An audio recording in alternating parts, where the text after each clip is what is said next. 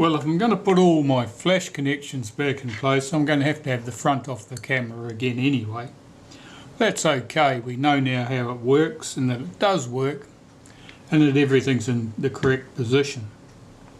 So to take the front off the camera, and this would apply pretty much in any case you wanted to take the front off one of these cameras, you can see that the coupling here for the aperture setting is out. The only other thing we really need to remove is this crossbar here, this piece here that cocks the mirror. This other piece can stay in place and that holds the position of the cocking rack. So if I take that clip off there, lift that arm out, unhooking it from the end here, I should only need to remove the 4 screws. One of them of course is hidden underneath the shutter release. Fortunately that button screws on so you can get the thing off. So one of the 4 screws is here. This camera, the adjustment for your focal plane distance from the lens mount to the focal plane at the back of the camera, there are 4 tiny screws visible here, and basically you jack the front up against the screws that are holding it down to adjust that distance. The screws are not very long. I haven't checked the distance between the lens mount and the film plane on this camera. I don't have any other lenses for it, so I'm not particularly bothered so long as the lens focuses correctly. That'll be fine. Okay, so I've got those 4 screws out. I've got the lever off the base of the camera.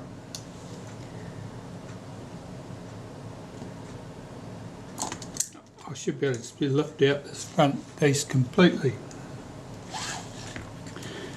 Now my flash connections that I'm going to be making, we want a connection to the flash socket and we want a connection to the connection from the shutter itself. And the wires for those will have to be led out through the base here.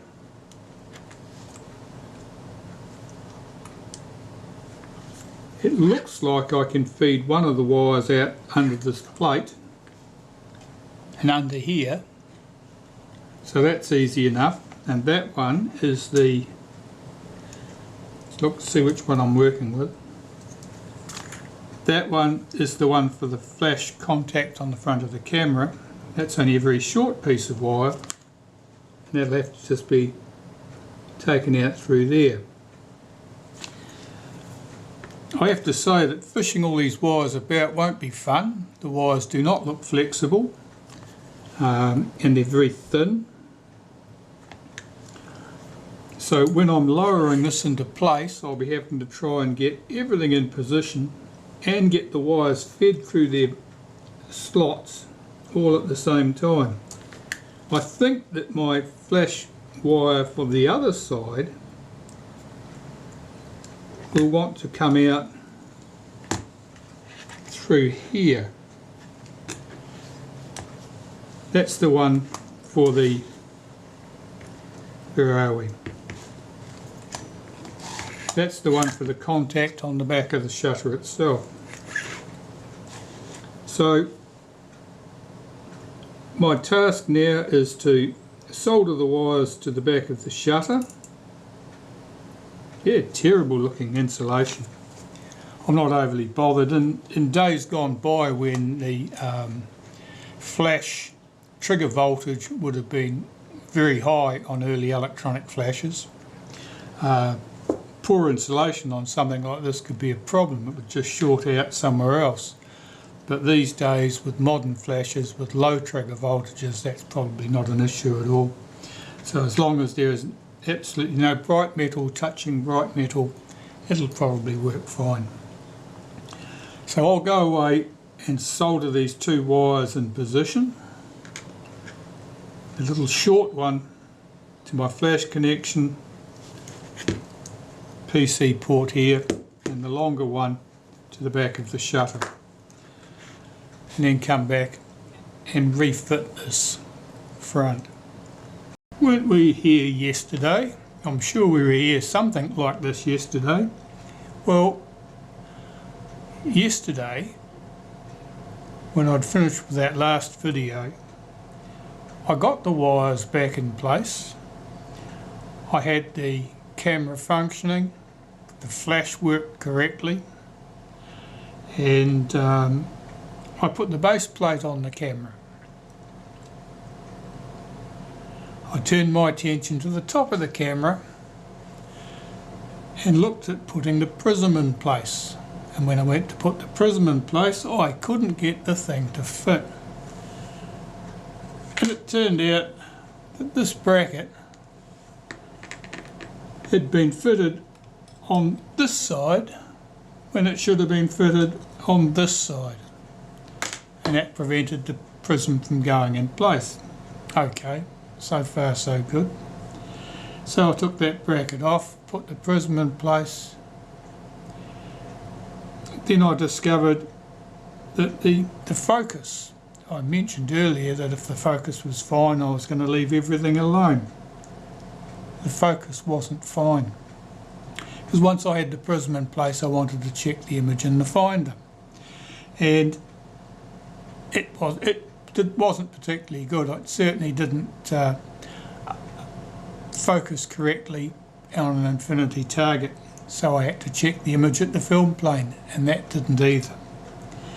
And what that led me to believe is that at some stage someone has adjusted the front of the camera, jacking the front out to get the image correct at the finder. But that wasn't correct at the film plane. They've gone about it backwards. So that's why the adjustment screws were wound right in on here, and that the fixing screws looked a little bit short. The front plate was jacked out. That would probably explain this tape that's sitting in here. It was probably there to build up the level of the casting so that the leatherette rolled across smoothly at that point. So somebody prepared the camera previously and they'd done the wrong thing.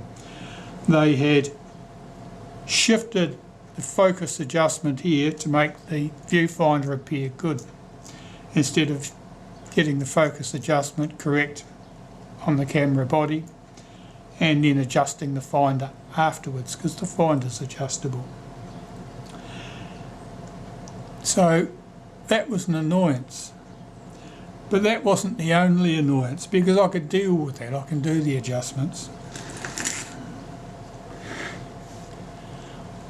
When I decided I had everything else in place, and I decided I needed to put the shaft in to adjust the aperture, I discovered that you can't fit it when this is in the body. So I thought, well, that's okay, I'll just loosen up all the screws and I'll pull the shutter slightly forward so that I can fit the little bushes that will hold the shaft in place. And of course, as soon as I did that, the shutter release popped past its post, and I decided, well, I'll just have to put my little piece of toothpick in there to hold that in place, and then settle everything back in position, and all will be good. But when I went to settle it back in position, the shutter didn't couple to the cocking piece at this point. So when I wound the film advance, the mechanism cocked on the body, it didn't cock the shutter. So I had my shutter and the body, this piece, now 180 degrees out. So I thought, well, that's okay, I can just release this on the body and put it back again, have another turn. All of this with the wires poked through here, being stretched and otherwise creating a nuisance. So I tried that, and the film advance lever just would not move. It was absolutely solid. So I had to take the front completely off the camera, removing the wiring and so forth, putting the shutter to one side and concentrate on the body again. And what it turned out to be was, from my soldering, there was a tiny ball of solder that had got down into the gear at this point, which is right near where the flash contacts would be. Tiny little ball of it. And of course it got into the gear teeth and it just jammed those gears, and there was no way they were going to move. Of course I had to have it stripped down this far to even see that, and then flick the offending piece of solder out of the way and everything can go back as it was. But as you can see, I've got everything stripped right down again. I've got to get my components in at the base of the camera, get the timing correct here, and as I say, one tooth makes a big difference. And redo my flash wiring. I did solder in the original wires, ugly as though they may be, and they did work. The one at the other end was too short. There just wasn't enough length there, I'm not sure why. So I soldered another piece of wire on the end of that. Now that's really too stiff. It's a single core wire, it's just too stiff to do the job. But it did work, it worked for me. So what I'm going to do this time is I'm going to replace both of those wires with some fresh wire, multi-strand wire that's relatively flexible, and put it all back together. And hopefully this time I'll have something to show you that really is getting close to a working camera. The adjustment here, I've got that shaft in. I think you can see how it's fitted. It's held in with a collar at each end. Now those collars are only locked in with a touch of lacquer. Getting the adjustment correct, you need to tighten those collars up until the shaft moves relatively freely, but there is no undue backlash, no undue free play in the mechanism. Otherwise, your aperture setting and your meter setting won't be coupling very accurately at all. It seems to be pretty good there. Now originally I can see there was a touch of black lacquer in each of those points at both sides, and I've got some nice red lacquer here to do the job instead. None of that's visible from the outside of the camera, so that's perfectly satisfactory. So I'll just put a tiny dot either side to stop those collars from rotating out, and if they wind in, the mechanism becomes too stiff. If they wind out, there'll be too much free play. So it's a case of just making sure there is sufficient clearance and no more than that.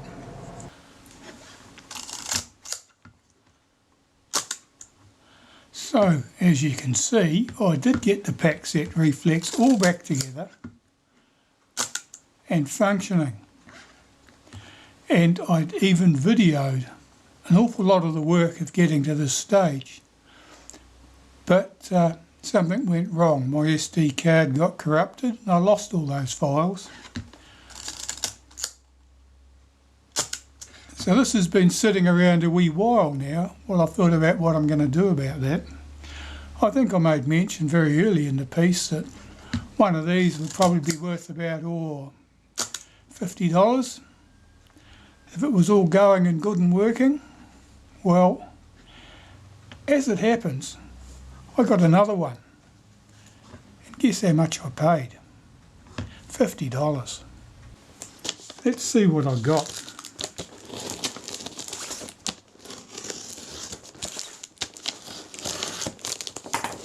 Like everything you buy on the internet, it's supposed to be in working condition.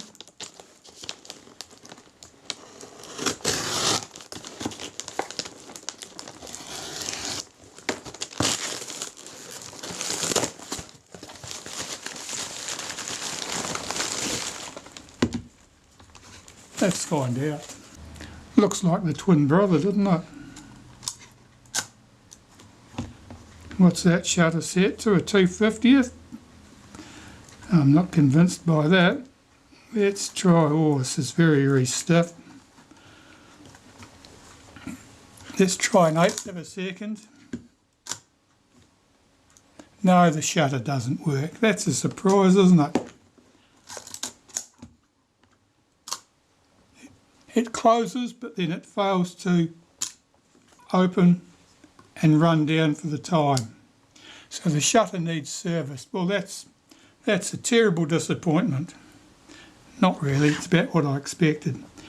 And the filter mount here at the front's been thumped in, so that'll need a little bit of attention.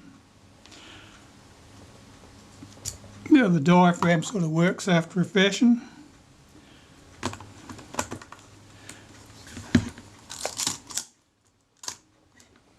Shame about the shutter not working now. I wonder whether the meter's working. Oh, look at that. It responds to light. That's good. So we've got a working meter.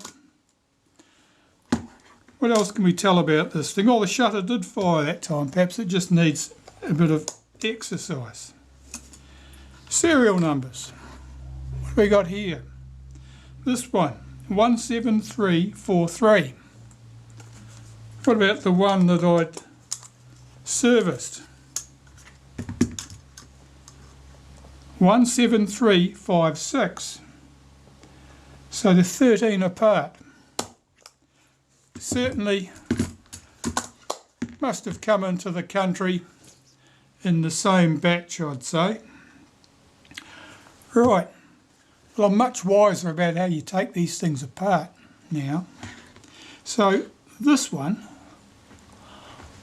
I'll show you how I should have taken, how the camera should have been taken apart the first time. Of course, I started with a bunch of parts and had to work backwards. This one, I'll show you how you take it apart and how you go about servicing the shutter on it without having to do terrible things like trying to solve jigsaw puzzles without the picture.